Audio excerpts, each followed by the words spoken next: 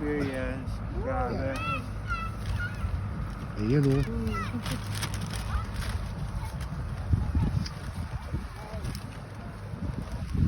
Ay, Ate Cora. Ito na si Jeng oh. Green apple, Namimitas ng ano. red apples. Namimitas ng Red Delicious at saka Golden Delicious. Ayan oh. Yan, pupunuin nila yung bag na yan. Habang ako naman nagbibideo, kumakain lang ako. Unlimited kain.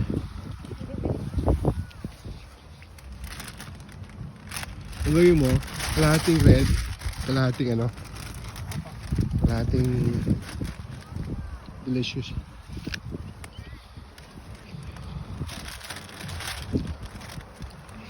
Ay, si Asher. Takbo ng takbo eh. Oh, ayan oh. Makita mo yung apple. Itong apple picking.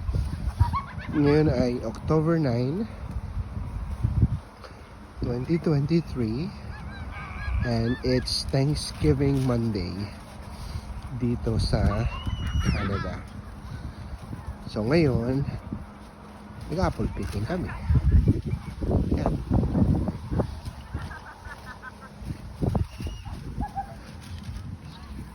Tapos ano, gawa tayo ng ano, apple pie. Madali mang gumawa ng tito. Hindi, YouTube lang natin. Lahat naman na YouTube eh.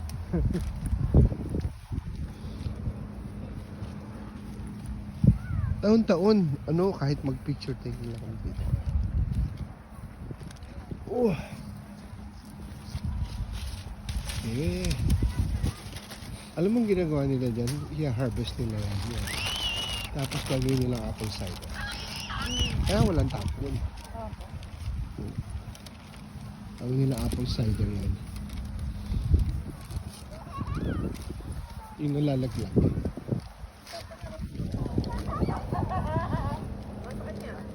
Dito bayaran po nung Ayan o, si Dave. Dave, pakita mo. Oh, nagdala pa siya ng ano, ng knife. Tapos binabalatan niya, oh. Sarap. Andy kain ng apples. Oh.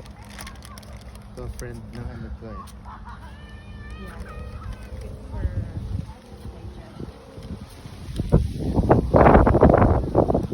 Ito mo si Jeng, oh, naka-winter jacket na. Kasi lamig dito eh. is 7 apples a week.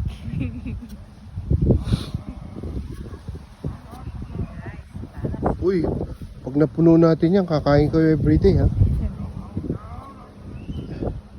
Okay naman ako kumain everyday.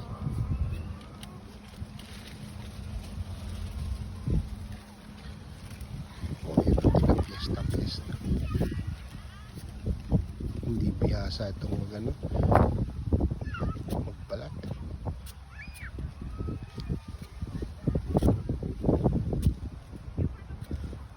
Siguro sabi niya, bakit sa Canada tinatanggal nila yung balat? First world. Ha? Eh kasi baka na-sprayan po kasi yan ng ano, ng mga herbicides o kaya pesticides or whatever. So hopefully wala, hindi na sila nag-spray dito kasi takot ang mga insekto rito.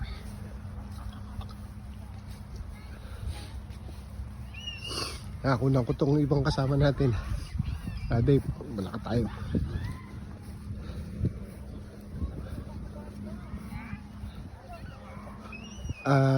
Bibidyohan ko yung aking apo. Ayan na mga Golden Delicious. Kala yata yun, kala apple. Oh, kala apple.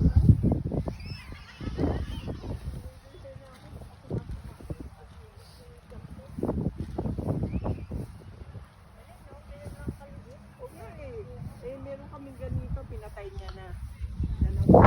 Sige na kayo, squirrel.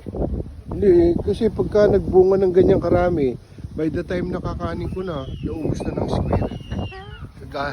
Sa galit ko, pinutol ko na. Pero meron tayong pearl. Actually, ganyan lang dapat kalalaki ang puno eh. Taas-taas ng pear natin eh. Oh, saya-saya nung tatlo oh.